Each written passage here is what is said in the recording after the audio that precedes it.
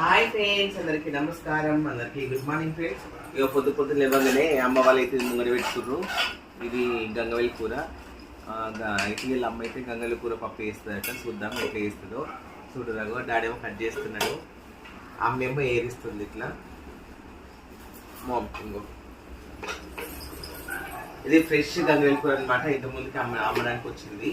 ఇంకా అమ్మ తీసుకుంది అన్నట్టు. నేను లేసేసరికి అమ్మ తీసుకుంది, ఇలా కట్ చేస్తున్నారు అనమాట. అందుకోసం మీకోసం ఒక చిన్న వీడియో తీసి పెడదామనేసి మీకు చూపిస్తున్నాను వీడియో. మమ్మీ హాయ్ చెప్పు. మమ్మీ డాడీ హాయ్ చెప్పు. ఇలా తీస్తున్నాం అన్నట్టు.